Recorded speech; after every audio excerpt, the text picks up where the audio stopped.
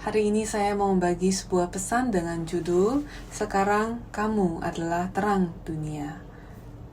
Sekarang kamu adalah terang di dalam Allah. Pada ayat bacaan kita hari ini, Rasul Paulus mengatakan bahwa bahwa dahulu kamu adalah kegelapan, tetapi sekarang kamu adalah terang di dalam Tuhan. Tapi apakah kamu adalah terang?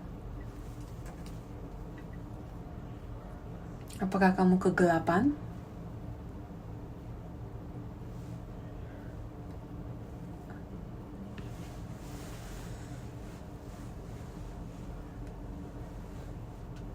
Ketika saya membaca ayat ini, muncul di pikiran saya bahwa karena kita selalu berkata bahwa kamu berada di dalam terang Allah, kamu telah menerima terang Allah, tetapi Rasul Paulus berkata bahwa kamu adalah terang, dan itu sangat luar biasa. Itu adalah sebuah pernyataan yang sangat kuat. Tapi hal pertama yang muncul di pikiran saya adalah, tetapi saya bukan terang itu. Masih ada kegelapan di dalam diri saya. Dan bagaimana dia dapat berkata bahwa saya adalah terang? Dan itulah mengapa Rasul Paulus berkata dari ayat 6 bahwa janganlah kamu disesatkan orang dengan kata-kata yang hampa, karena hal-hal yang demikian mendatangkan murka Allah atas orang-orang durhaka. Jadi Rasul Paulus berbicara tentang bagaimana kegelapan itu masuk kepada kita, dan dia berkata, jangan ditipu lagi, jangan membiarkan kegelapan itu masuk lagi, jangan menjadi bagian dalam kegelapan itu, karena kamu dahulu adalah kegelapan. Ingat kan? Dan dia berkata, kamu sekarang adalah terang di dalam Allah. Jadi berjalanlah sebagai anak-anak terang. Jadi hari ini saya ingin kita untuk merenungkan ini. Dua dunia berbeda ini, dan bagaimana iblis menipu kita dan terus menipu kita untuk kembali kepada kegelapan sampai kita berdosa. Jadi mari kita percaya bahwa kamu dan saya adalah terang. Amin.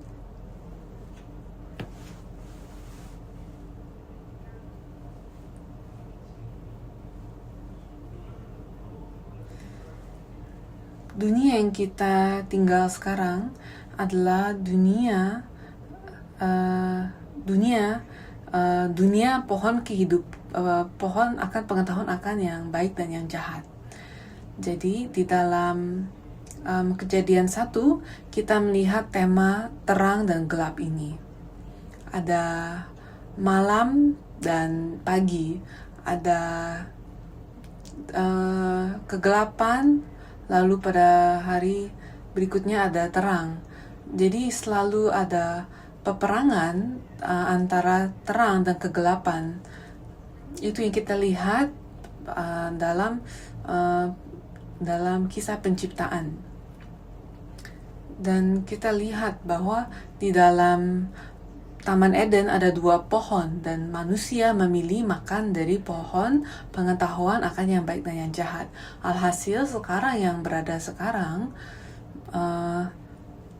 ada di dalam segala yang ada sekarang berada di dalam konflik antara kegelapan dan keterangan ini. Jadi iblis ambil dari Adam, dan Adam tunduk kepada dia dan memberikan kepadanya kuasa atas seluruh ciptaan, sehingga ketika Adam menuruti perkataan setan, maka setan menjadi yang memiliki otoritas yang diberikan kepada Adam. Jadi setan mengambil otoritas yang diberikan kepada Adam oleh Allah. Dan kita hidup di dunia ini, dunia di mana kegelapan berkuasa, di mana kebaikan seringkali berada di posisi yang tidak menguntungkan. Kita bisa melihat ini bahkan dalam pergulatan anak sulung sepanjang Alkitab. Daripada Ismail lahir lebih dulu, padahal Ishak lah yang menjadi anak sulung. Esau pun lahir lebih dahulu, padahal Yakub lah anak sulung yang menerima perjanjian anak sulung. Dan sama dengan dunia ini telah menjadi dunia yang terbalik, dan sulit untuk kebaikan mengalahkan kejahatan di dunia ini. Dan ketika kita mengalahkan kejahatan dengan kebaikan, maka itu membutuhkan usaha yang besar, butuh perjuangan, penghadapan konflik, dan peperangan rohani. Dan damai hanya datang setelah kejahatan telah dikalahkan. Sehingga kalau kamu merasa kamu tidak memiliki damai yang sempurna di dalam kamu sekarang, itu berarti masih banyak kejahatan yang belum dikalahkan di dalam hatimu. Kita tidak dapat menemukan damai itu dengan mengabaikan kejahatan. Kita tidak dapat menemukan damai itu dengan memanggil kegelapan itu baik dan berpura-pura seolah-olah itu baik. Jadi peperangan antara baik dan jahat, terang dan gelap terus berlanjut. Dan ketika kita memeriksa penampilan dan aktivitas iblis sepanjang Alkitab, di setiap zaman dia telah menggunakan pujian dan kelicikan untuk menghalangi dan mencobai umat Allah supaya mereka memasuki kegelapan. Dan kita sekarang setiap hari sedang bergulat karena itu. Dan saya percaya dan saya berdoa supaya kita masih berjuang untuk menemukan kebaikan dan untuk untuk memasuki terang. Dan saya berdoa agar Anda dan saya dapat mengalami kemenangan dalam peperangan rohani ini. Dan bayangkan Adam dan Hawa, mereka berdiri begitu dekat di hadapan pohon kehidupan. Mereka berdiri persis di depannya, kan? Dan Salomo, dia memiliki hikmat. Dan di dalam kitab Amsal dikatakan bahwa kitab Amsal mengatakan bahwa hikmat adalah pohon kehidupan, kan? Jadi Salomo yang memiliki hikmat yang begitu besar, dia sangat dekat juga kepada pohon kehidupan. Dan juga Yudas Iskariot, dia berjalan dekat dengan Yesus, kan? Yang Yesus adalah pohon kehidupan yang sejati. Di mereka sangat dekat dengan terang. Tetapi iblis melakukan segala yang dia bisa lakukan supaya mereka yang paling dekat kepada pohon kehidupan pun masih bisa jatuh. Dan iblis mau menuntun mereka yang paling dekat pun kepada kegelapan agar mereka jatuh. Dan ayat bacaan kita juga mengatakan, jangan kamu disesatkan orang dengan perkata yang sia-sia, karena hal-hal itulah yang mendatangkan murka Allah atas orang-orang durhaka, kan? Jadi kita harus memahami bagaimana iblis menyamarkan kejahatan sebagai kebaikan, dan bagaimana ia mau menanamkan kejahatan di dalam diri kita.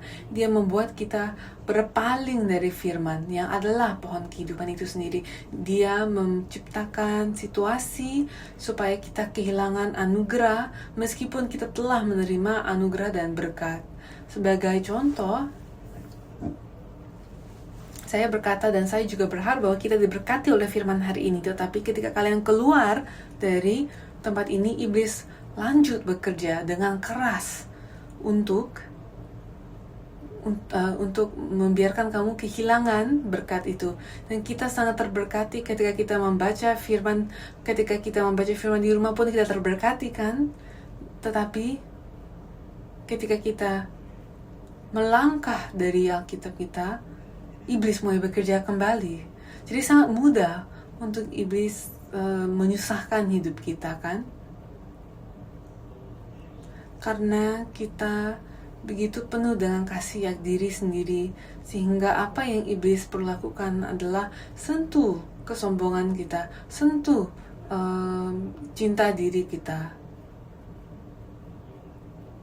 Dan kalau ada orang yang menatap kamu dengan aneh, maka itu akan melukai kesombonganmu, kan? Kamu akan merasa terbebani oleh tatapan aneh itu, kan? Jadi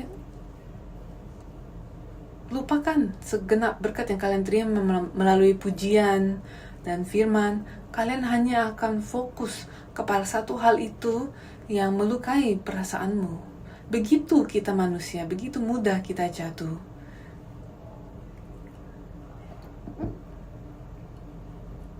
Dan satu hal kecil dapat membuat kita berjalan dalam kegelapan sepanjang seminggu. Dan ia membuat kita melupakan firman Allah, mengabaikan firman Allah, dan dia membuat kita berpaling dari Allah dan fokus pada diri kita sendiri. Jadi mari kita lihat strategi-strategi iblis. Kita hanya akan berbicara tentang terang di dalam kesimpulan. Jadi sepanjang khotbah hari ini kita akan bahas kegelapan. Pertama, strategi iblis nomor 1, ia menanamkan mentalitas korban dalam diri kita. Apa itu mentalitas korban? Coba kita lihat beberapa contoh. Kejadian 3 ayat 12. Manusia itu menjawab, perempuan yang kau tempatkan di sisiku, dialah yang memberi dari pohon itu kepadaku, maka aku makan. Ini adalah mentalitas korban. Siapa yang berbicara di sini? Adam. Dan apa yang dia lakukan?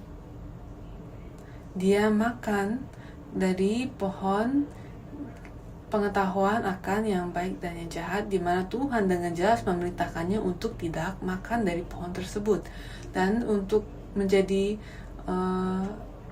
dan kalau kita mengabaikan segala alasan yang dia lemparkan, Adam tetap telah melakukan apa yang Allah telah larang. Dan kalau ia jujur, maka dia dapat berkata, Tuhan, saya makan meskipun kamu telah melarang saya telah membuat kesalahan, saya telah berdosa. Dan daripada dia mengakui dosanya, dia malah mengenakan mentalitas korban. Dan dia menyalahkan perempuan. Dia mentalitas korban melihat ke segala arah untuk melemparkan alasan supaya dirinya sendiri tidak merasa bersalah. Itulah mentalitas korban, selalu mencari alasan di orang lain. Selanjutnya di Kejadian 4 ayat 14 dikatakan, engkau menghalau aku sekarang dari tanah ini dan aku akan tersembunyi di hadapanmu. Jadi di sini Kain sedang menyalahkan Tuhan. Dia sedang mengatakan bahwa Tuhan, engkaulah yang membuang aku.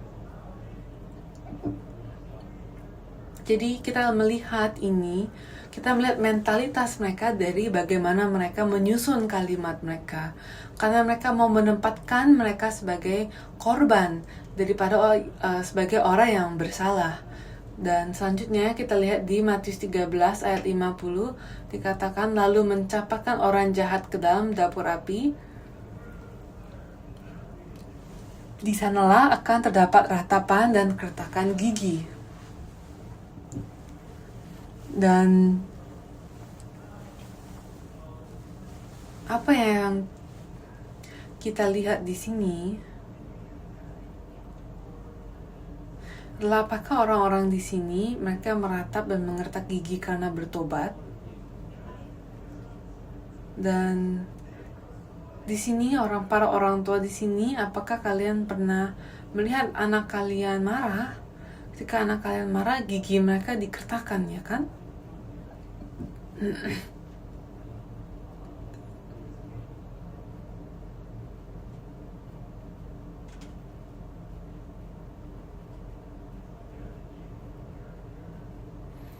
anak-anak yang marah, yang mengertakkan gigi, pikiran apa yang berada di dalam benak mereka, kan?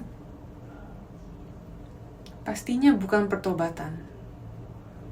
Malah mereka merasa mereka mengalami ketidakadilan dan mereka merasa bahwa mereka tidak dipahami. Mereka merasa bahwa mereka adalah korban dari keluarga ini, mereka adalah korban dari situasi mereka, korban dari budaya di mana mereka berada. Semua itu mereka merasa bahwa mereka adalah korban. Jadi rasa ratapan dan keretakan gigi itu bukan sebuah ekspresi pertobatan, melainkan ekspresi amarah, di mana orang-orang merasa mereka mengalami ketidakadilan oleh Allah. Jadi mereka gagal untuk menemukan kesalahan mereka, dan mereka mau menutupi kesalahan mereka itu dengan menekankan poin bahwa mereka adalah korban, sehingga mereka mau menjadikan diri mereka sebagai ketika mereka mau menjadikan diri mereka sebagai korban, maka mereka harus menyalahkan orang lain.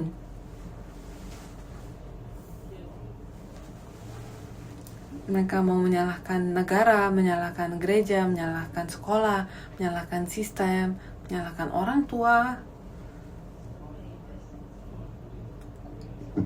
Dan kita sebenarnya sedang tinggal di dalam di dalam tempat di mana kita tinggal di zaman di mana anak-anak kita diajari untuk hidup seperti ini justru.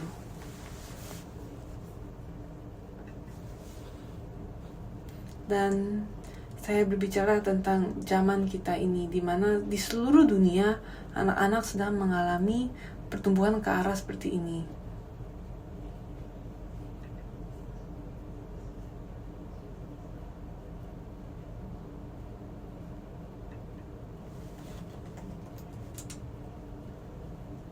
Apakah kita mau sungguh-sungguh hidup sebagai korban?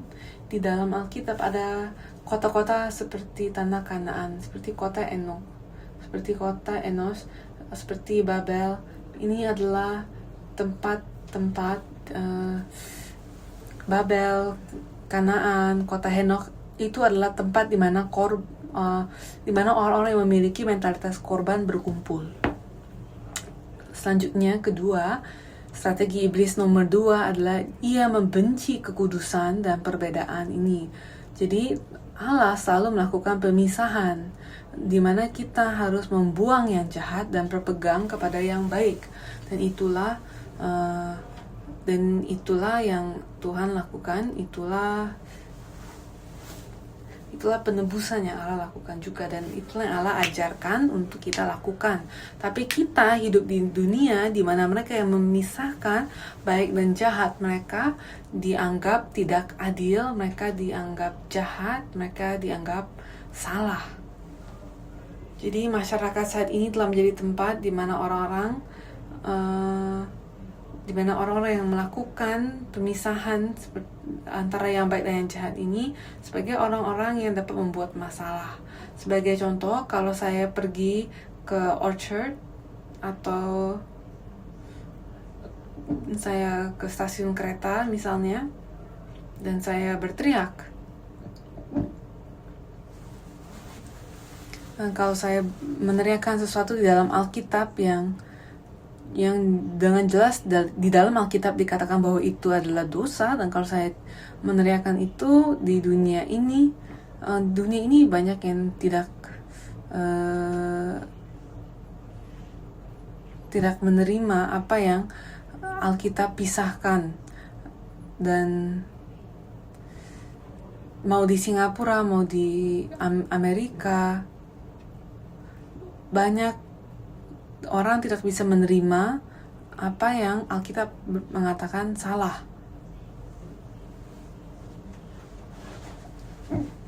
Jadi iblis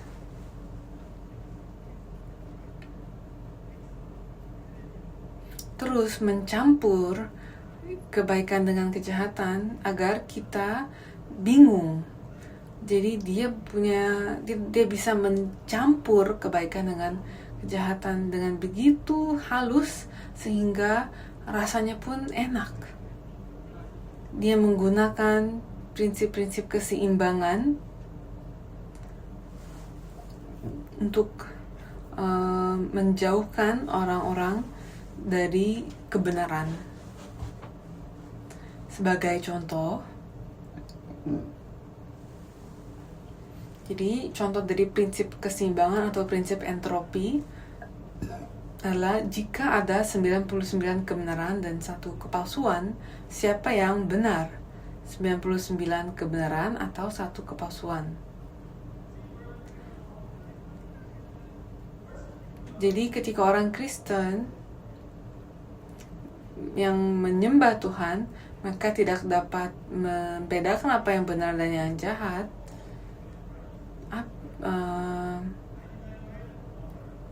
Kalau kita lihat di sini 99 benar dan 1 kepalsuan ini, dan kita bandingkan dengan situasi B di mana ada 1 kebenaran dan 99 kepalsuan, maka siapa yang benar?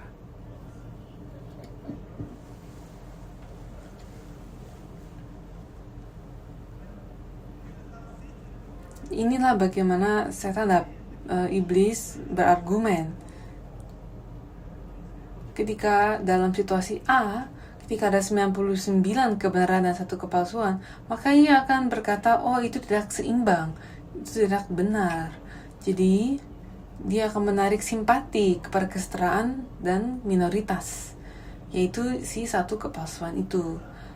Jadi dia berkata bahwa tidak adil untuk 99 mengaku bahwa mereka benar karena itu terlalu banyak. Dan 1 itu menjadi minoritas, kasihan yang 1. Jadi kita perlu memberikan yang 1 itu sebuah kesempatan untuk menunjukkan dirinya apakah itu benar atau tidak. Jadi iblis akan selalu mencoba kita, dia akan mengumpulkan lebih banyak orang agar lebih banyak orang mendukung yang 1, meskipun yang 1 itu adalah palsu. Dan kalau misalnya kita satu situasi lagi di mana ada setengah benar dan setengah palsu, bagaimana apa yang akan terjadi? Dan kalau sekarang kita melihat kasus B di mana ada 1 kebenaran dan 99 kepalsuan, maka siapa yang benar, siapa yang menang? Dan kalau argumen ini berada dalam tangan iblis, maka dia akan berkata yang 99 kepalsuan itu benar karena itu adalah mayoritas. Jadi apa benar, apa yang salah itu tidak peduli bagi iblis. Apa yang iblis mau adalah apa yang ia mau, dan apa yang ia mau itulah yang dia pedulikan. Dan kalau kita lihat contoh berikutnya 1-5, ada angka 1-5. 1 dekat kepada terang dan semakin gelap itu semakin dekat kepada kegelapan. Jadi 5 di sini adalah kegelapan dan 1 adalah terang. Dan kalau kita, atau kalau iblis adalah 5,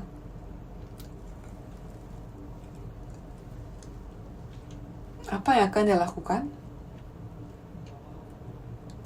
Dia akan menciptakan 6, 7, 8, 9, 10.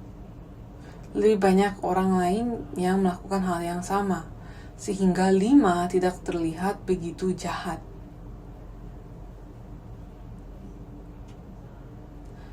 Dan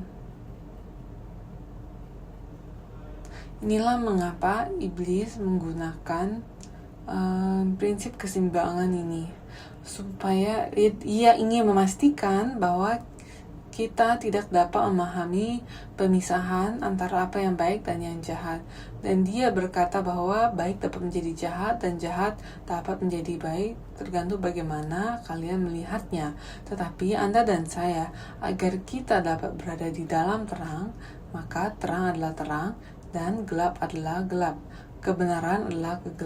Kebenaran adalah kebenaran. Jadi firman Tuhan itulah yang benar di dalam hidup kami. Amin.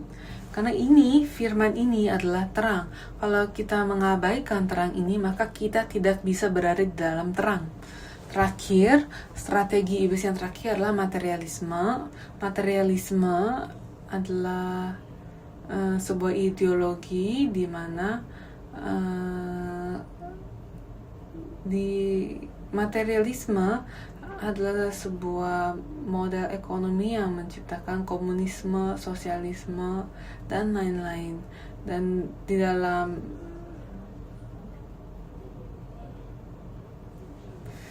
di dalam materialisme itu berkata bahwa karena dunia rohani tidak dapat dilihat dan bukan bersifat materi, maka dunia rohani dianggap sebagai imajinasi yang tidak diperlukan. Dan Anda dan saya, kita tahu bahwa Allah adalah roh, dan dunia ini dunia ini adalah sebuah dunia rohani. Kita menyadarinya, kita mengetahuinya, namun bagaimana dengan kehidupan kita sehari-hari? Apakah kita menganggap pekerjaan-pekerjaan Allah, urusan-urusan rohani sebagai masalah sekunder, dan ketika kita diperhadapkan antara pemilihan masalah rohani atau masalah pekerjaan, mana yang akan kalian pilih? Lihatlah apa yang sebenarnya memberati hati kalian. Jadi bagaimana kita dapat makan dari kebenaran rohani? Dan apa saja masalah dengan materialisme? Satu, materialisme itu menghasilkan keinginan untuk menjadi setara dengan Allah. Dan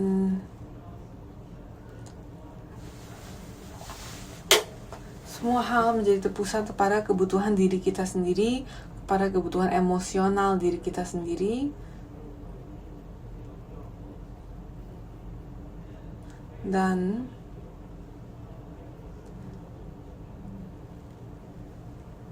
hal-hal rohani menjadi olahraga tambahan, jadi hal-hal ekstra. Itu menjadi sesuatu yang dapat dengan mudah kalian lakukan atau tidak. Itu adalah hal ekstra, bukan hal yang penting gitu. Kedua, materialisme mengajarkan bahwa penampilan luar adalah satu-satunya hal yang penting. Kita lihat di Matius 7 ayat 21 sampai 23. Bukan setiap orang yang berseru kepadaku, Tuhan, Tuhan, akan masuk ke dalam kerajaan surga, melainkan dia yang melakukan kehendak Bapakku yang di surga. Pada hari terakhir, banyak orang akan berseru kepadaku, Tuhan, Tuhan, bukankah kami bernubuat demi namamu dan mengusir setan demi namamu dan mengadakan banyak mukjizat dalam namamu juga? Pada waktu itulah aku akan berterus terang kepada mereka dan berkata, aku tidak pernah mengenal kamu, nyahlah daripadaku kepada kamu sekalian pembuat kejahatan.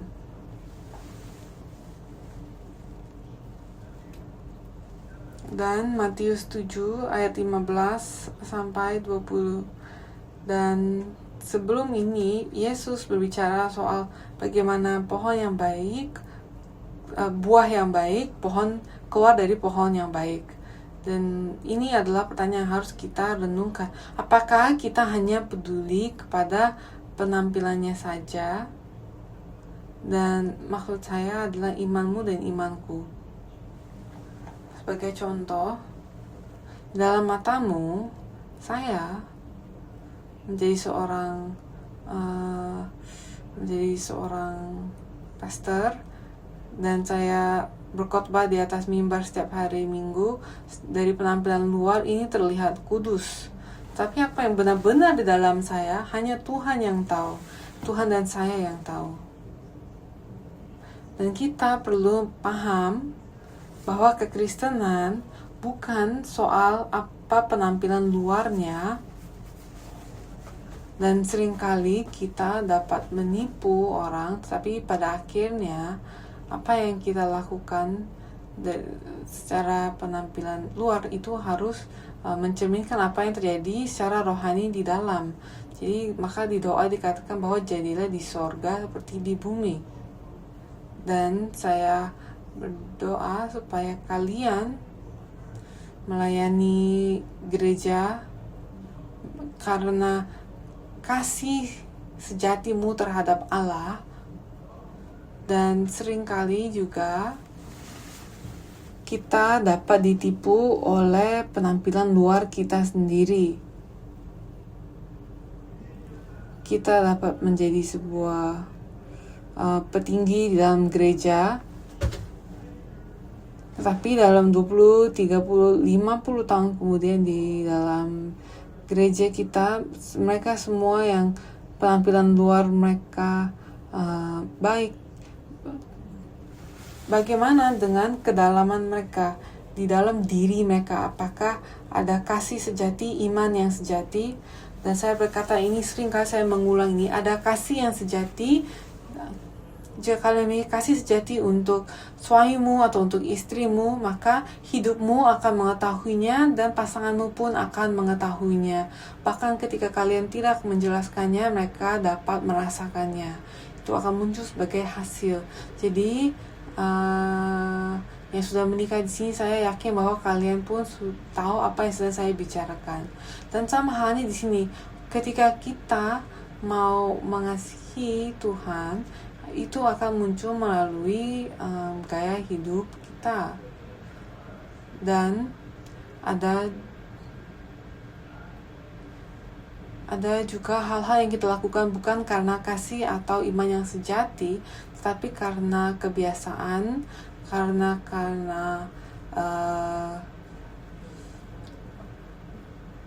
kita dipaksa. Jadi kita seringkali melakukan hal yang benar bukan karena iman sejati, tetapi karena ada dorongan dunia, karena dipaksa atau suatu hal yang lain. Jadi kita harus melihat apa intensi kami, apa intensi kita semua di sini. Apakah kita ke gereja karena pasangan kita? Karena kalau iya, maka kita akan pelan-pelan mundur, kan? Maka kita harus hadir di sini karena kita sungguh-sungguh mengasihi Allah dengan kasih yang sejati. Dan tanyakanlah kepada dirimu, apakah saya memiliki kasih yang sejati, iman yang sejati, atau apakah ini semua hanya palsu? Apakah saya hanya dipanggil sebuah petinggi karena itu sudah menjadi kebiasaan, atau apakah itu sungguh-sungguh kenyataan? Jadi ketika kita mau mempersiapkan diri, mempersiapkan gereja dengan bersih-bersih gereja untuk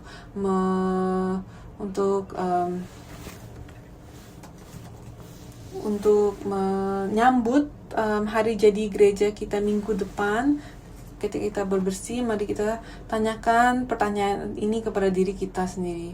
Dan gereja kita tahun ini berumur 27. Ketika seseorang berumur 27, harusnya dia beda dari ketika dia 7 tahun.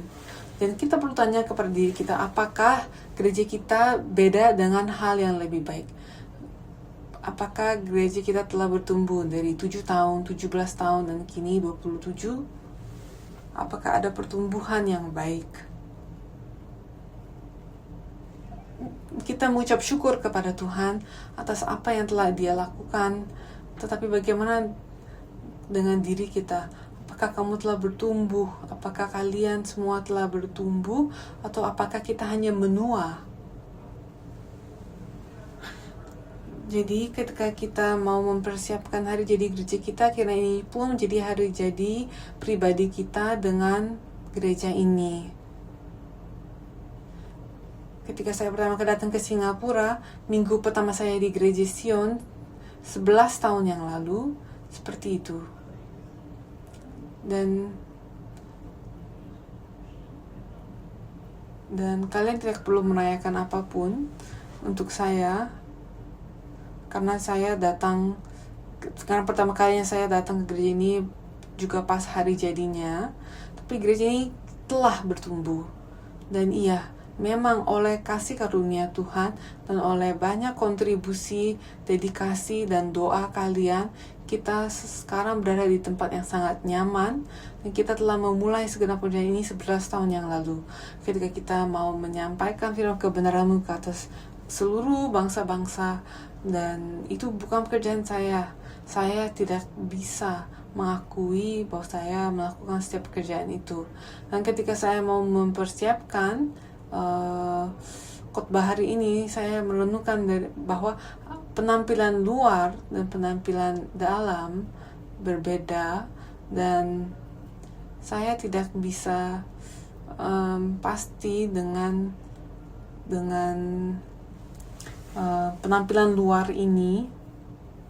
Banyak anggota kita masih bergulat dengan masalah yang sama dari tahun-tahun yang lalu. Mereka masih memiliki pertanyaan-pertanyaan yang sama yang menimbulkan ketidakpercayaan dalam diri mereka.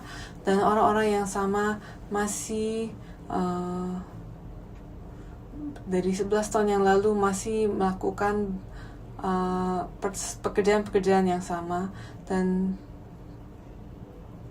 masih orang-orang yang sama di dalam gereja ini. Mereka yang bebersih setiap minggunya masih orang yang sama, dan masih sama mereka juga yang hanya hadir di gereja sebagai tamu.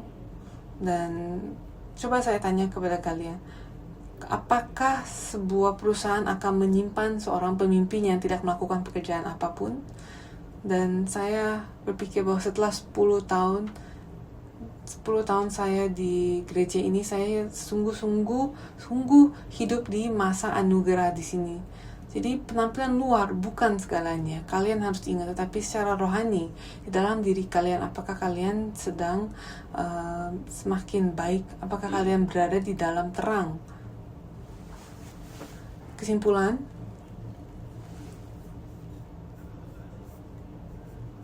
Rasul Paulus berkata bahwa sekarang kamu adalah terang dalam Tuhan.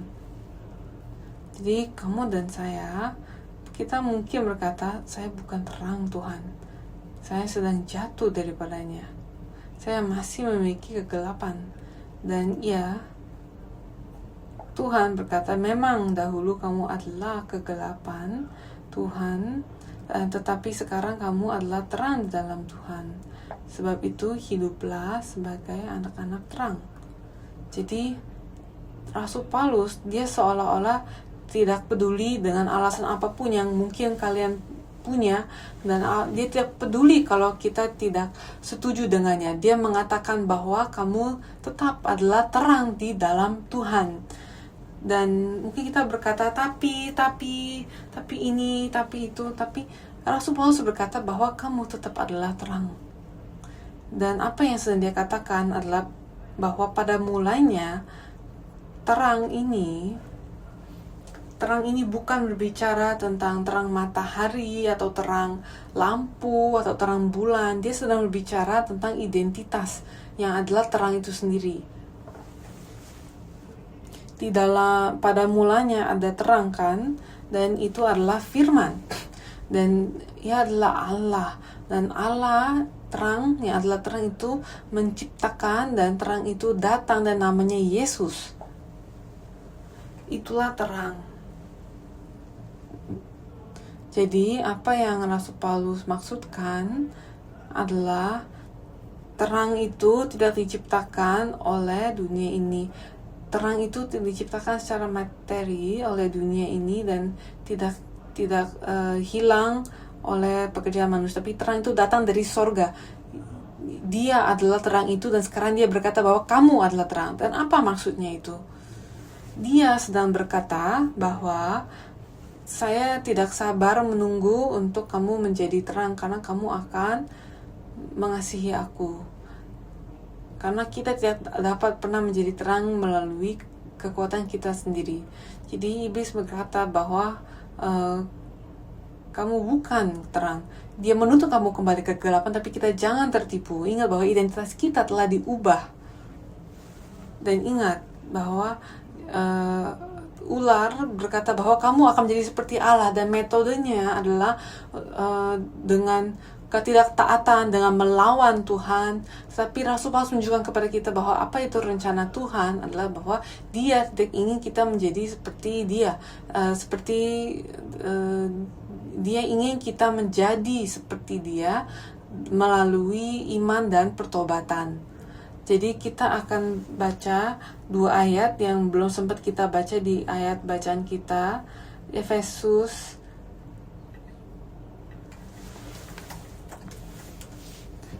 5 ayat 13 sampai 14 dikatakan, tetapi segala sesuatu yang sudah ditelanjangi oleh terang itu menjadi nampak, sebab semua yang nampak adalah terang. Itulah sebabnya dikatakan, bangunlah, hai kamu yang tidur, dan bangkitlah dari antara orang mati, dan Kristus akan bercahaya atas kamu.